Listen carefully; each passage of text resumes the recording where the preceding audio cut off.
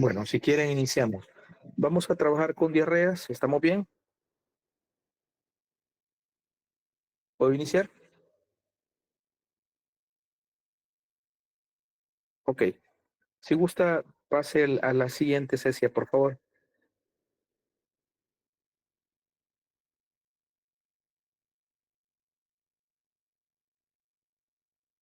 ¿Soy yo o no se ha movido? No, no sé, ahorita sí. Ok.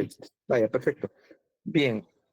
Sobre las diarreas, lo primero que voy a intentar hacer que quede claro es que diarrea no es una enfermedad. De forma equívoca, nosotros le llamamos, o comúnmente se le llama diarrea, a un proceso que se conoce como gastroenteritis.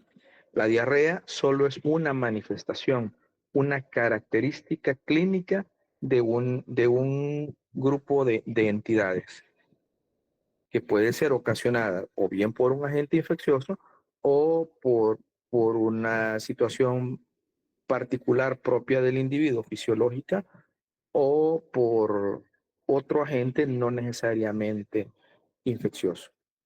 Entonces, una de las ganancias de esta actividad es pensar que diarrea no es una enfermedad, aunque equívocamente, inclusive el personal de salud pueda referirse a la gastroenteritis como diarreas, como sinónimo, pero diarrea es solo una manifestación dentro de todo el proceso.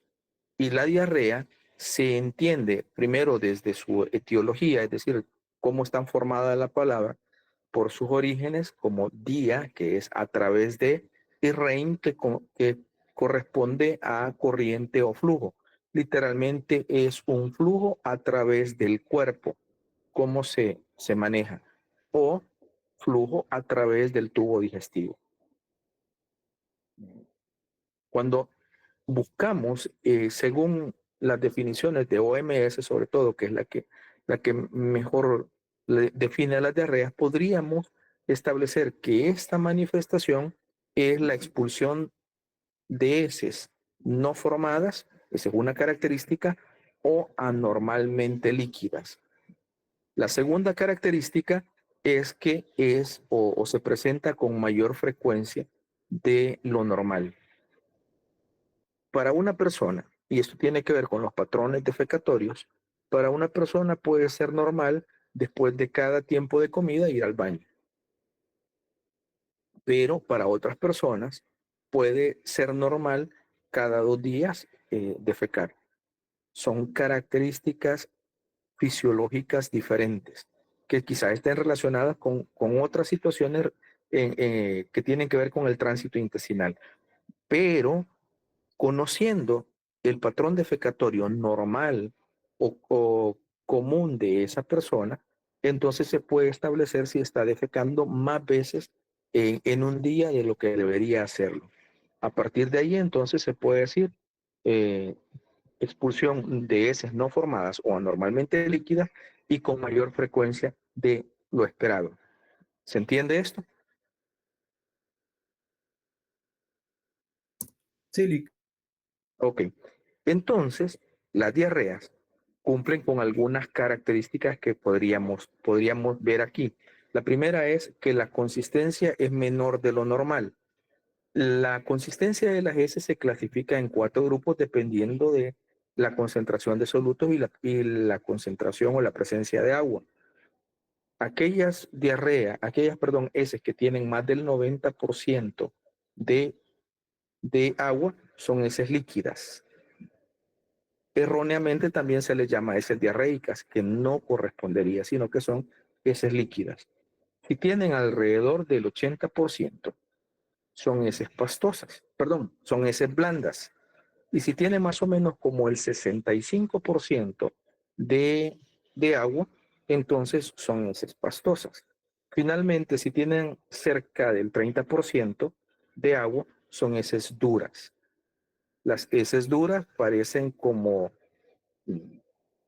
semillas de algunas frutas, como por ejemplo de jocote, para que hagan un parangón o recuerden lo que normalmente eh, pasa con algunos de nosotros. Las heces pastosas toman la forma o adoptan la forma de el tubo digestivo, por lo tanto son cilíndricas. Normalmente son cilíndricas y se mantienen cilíndricas aun cuando salen del tubo digestivo. En cambio, las heces blandas y mucho más las heces líquidas no son heces formadas, es decir, no tienen la forma del tubo digestivo. ¿Se está entendiendo esto? Sí, Rick. Por eso es que normalmente a las heces no formadas se les asocia con procesos patológicos, tanto las heces blandas como las heces líquidas. Segundo, un mayor volumen de heces de el normal defecado en un día.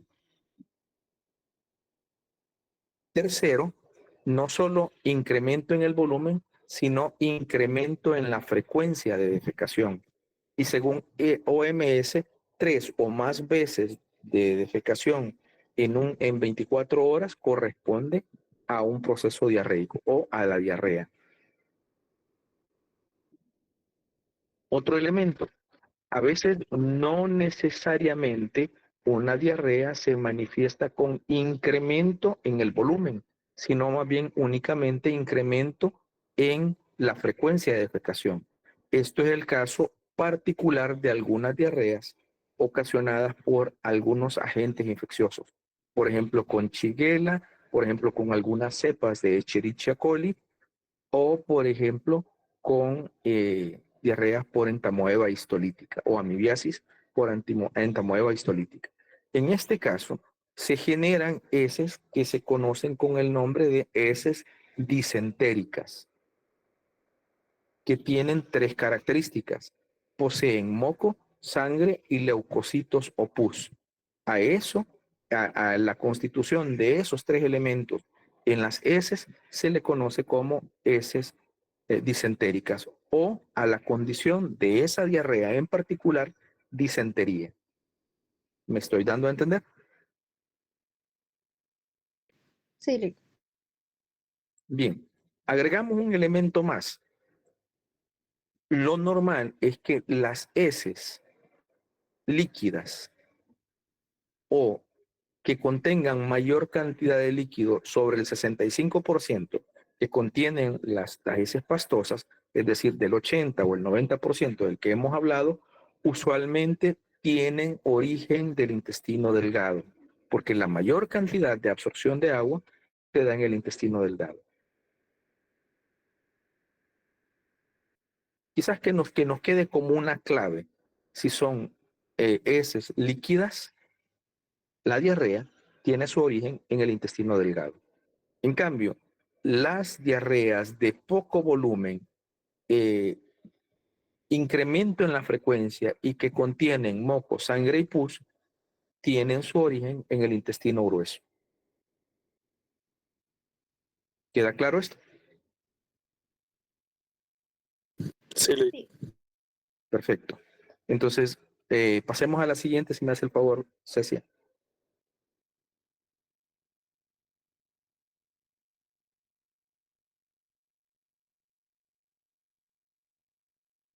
Hola.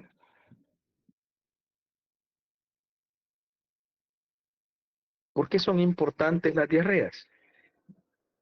Son importantes porque dependiendo de las circunstancias pueden ser entre la segunda y la tercera causa de muerte en menores de 5 años a nivel mundial, que cada año se presentan casi 1.700 millones de casos de enfermedades relacionadas con la diarrea, es decir, de gastroenteritis viral que se manifiestan como diarreas. Que alrededor de casi medio millón de niños menores de 5 años fallecen a causa de, la, de las diarreas, es decir, de esta manifestación. ¿Por qué digo de las diarreas en particular? Porque las diarreas son el signo más importante dentro de la gastroenteritis. Y las diarreas pueden conducir en primera instancia y causar la muerte en primera instancia por deshidratación. Pero cuando no causa la muerte por deshidratación, realmente hay un impacto bastante grande en los individuos que la sufren. La primera que puede suceder es un impacto socioeconómico muy grande. Socioeconómico, ¿por qué? Porque genera ausentismo escolar y laboral. Segundo, porque en los niños, sobre todo en edad corta, es decir, menores de 5 años, genera una serie de deterioro en el proceso psicomotor de estas personas. A veces no es valorable. ¿Por qué no es valorable? Porque les decía la otra vez, creo que sí se los decía, pero lo voy a recordar, que posiblemente un niño entre los 1 y los 2 años está empezando a gatear, está empezando a moverse y de pronto sufre una crisis diarreica. A raíz de esto, el niño sufre una reversión en su proceso psicomotor y por lo tanto, el niño que gateaba, que empezaba a caminar, deja de gatear o deja de caminar.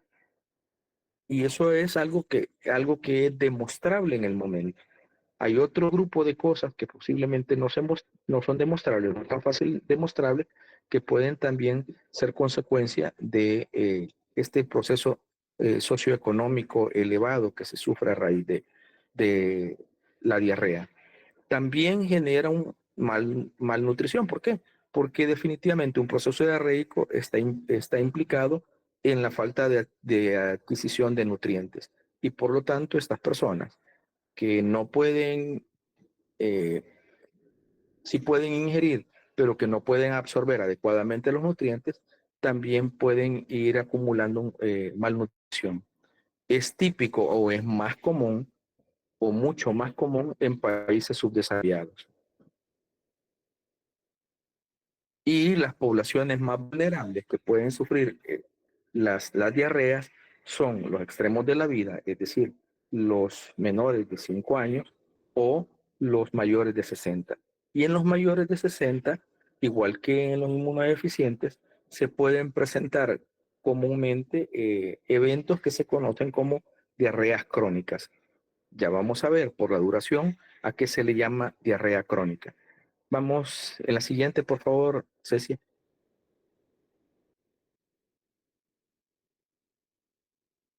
Solo deme un segundo, Lick, que creo que No, la forma en la que estoy presentando no me está ayudando a que pasen rápido estas cosas.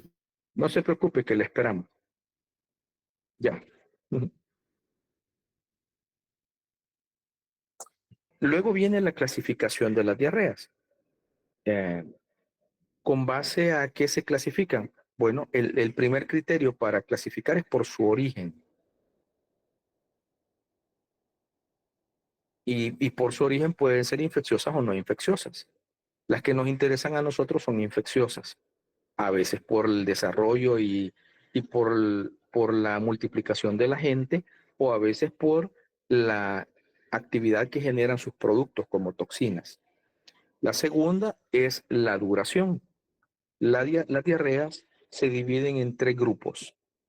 Si va de 0 días a 15 días, será una diarrea aguda.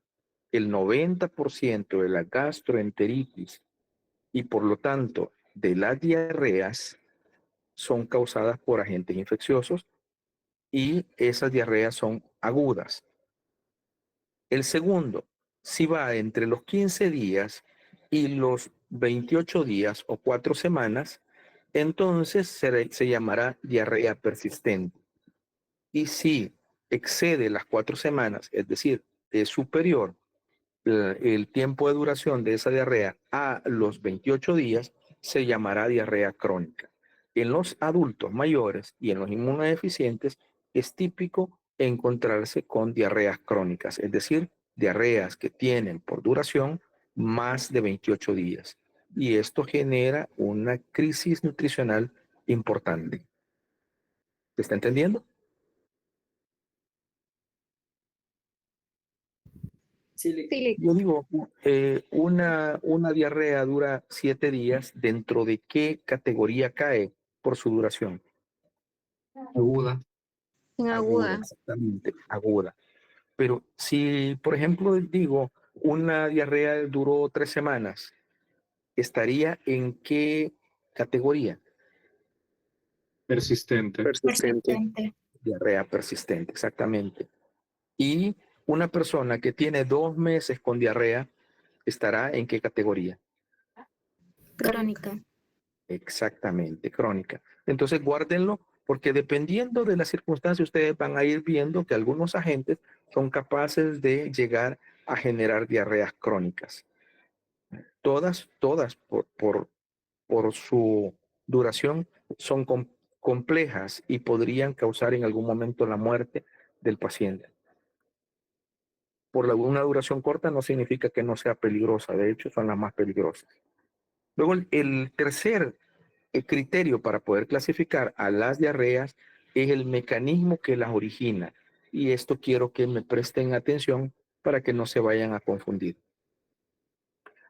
Ah, el primer mecanismo es el que genera las diarreas osmóticas. ¿En qué consisten las diarreas osmóticas? El enterocito en el intestino delgado es el que se encarga de absorber, ¿cierto? Por diferentes mecanismos absorbe. Puede ser difusión simple, difusión facilitada, puede ser transporte, cotransporte. El punto es que hay absorción o penetración de los nutrientes, llámese carbohidratos, llámese lípidos, llámese aminoácidos, a través del enterocito, de la membrana plasmática del enterocito, que está de cara a la luz intestinal, sufren transitosis y pasan a la circulación que está en la región intestinal. Pero una vez estos solutos, llámense carbohidratos, lípidos y aminoácidos, arrastran consigo agua. Por lo tanto, el resultado final es que el enterocito se encarga de absorber estas moléculas y como consecuencia también va ingresando agua. Cuando el enterocito es incapaz de introducir estas moléculas, el agua, en lugar de poder entrar, se queda afuera, se queda en la luz intestinal. Entonces, aquella diarrea, bueno, termino la idea. Si se queda en la luz intestinal, lo que va a suceder es que los solutos y el agua van a fluir, van a ir a través de la luz intestinal hasta que salgan por el ano. Eso es sinónimo de una diarrea acuosa o líquida. ¿Me estoy dando a entender?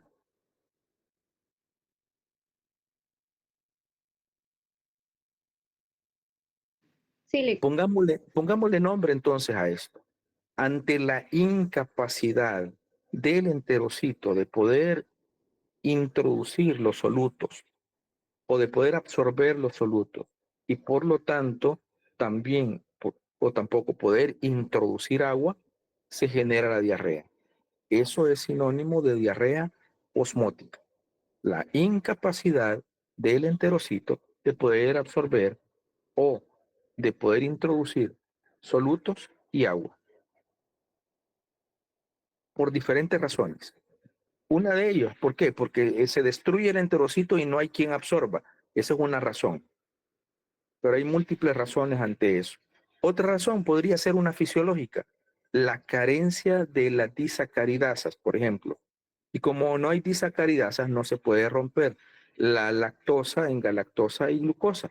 Y por lo tanto, para la galactosa no hay para la lactosa no hay receptores y la lactosa se queda en la luz intestinal y también el agua. Y por lo tanto, genera diarrea. Esta no es una diarrea infecciosa. Esta es una diarrea de origen eh, de carencia de la enzima lactasa, que también es una diarrea osmótica porque hay incapacidad del enterocito de poder absorber o hacer que ingrese los solutos. ¿Me dio a entender? sí. Muy bien. El segundo es un proceso diferente. ya sea fisiológicamente o por alguna infección o por alguna molécula que esté estimulando al enterocito a que en lugar de poder absorber los nutrientes, saque agua. Es decir, que se dé el proceso inverso. Esto podría ser fácilmente porque se expulsa cloro en grandes cantidades y tras el cloro va el agua. O porque se barre los enterocitos maduros del intestino delgado y al barrerse los enterocitos maduros son sustituidos por enterocitos inmaduros que tienen característica principalmente secretora. Entonces, sea por una razón o por la otra, el organismo está eliminando, más bien el enterocito está eliminando grandes cantidades de agua. Y ante esta eliminación de agua hace que se acumule en la luz del intestino y salga en las heces. Esto es otra vez una diarrea, pero el origen de esta diarrea o el mecanismo que dio origen a esta diarrea es un mecanismo secretor. ¿Cuál puede ser un ejemplo de esto? Por ejemplo, en Vibrio cólera, en donde tenemos una toxina que penetra, que modifica el patrón de actividad del AMP cíclico y hace que se elimine cloro y que también con eso arrastre el agua hacia el exterior. El exterior me refiero hacia la luz intestinal y por lo tanto genera una diarrea acuosa. ¿Me di a entender con este mecanismo? Sí, sí, sí. Solo para que quede claro, si no puede el enterocito absorber las moléculas o absorber los solutos, tampoco puede entrar el agua al enterocito.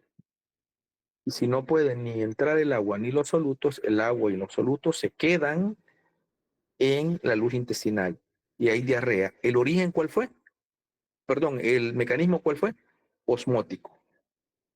Si por el contrario, la célula, el enterocito, es estimulado a sacar cloro y por lo tanto a sacar agua, el agua no estaba en la luz intestinal, el agua estaba en el enterocito y es trasladada del enterocito hacia la luz intestinal.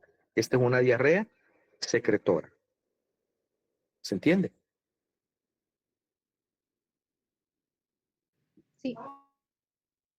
La tercera es la diarrea inflamatoria. Y la diarrea inflamatoria está relacionada con agentes infecciosos que causan daño en la mucosa. Y el daño que generan en la mucosa estimula la producción de moco, la salida de sangre y la salida de leucocitos o pus. Entonces, las diarreas inflamatorias serán o serán causa u origen de disentería. Y por lo tanto, las diarreas inflamatorias tendrán su origen físicamente en el colon. Shigellosis, eh, gastroenteritis por cepas de Escherichia coli, por algunas cepas de Escherichia coli de las que mañana les van a hablar, y definitivamente también por entamoeba histolítica. Son ejemplos de este caso, en donde hay un número de evacuaciones abundante, que podrían ser fácilmente 10 o más evacuaciones en un mismo día, con volumen escaso. Pero ¿qué caracteriza las disenterías? Que son, no se nos olvide, tres cosas: moco, sangre y pus. Si tiene las tres, eso es disentería. ¿De acuerdo?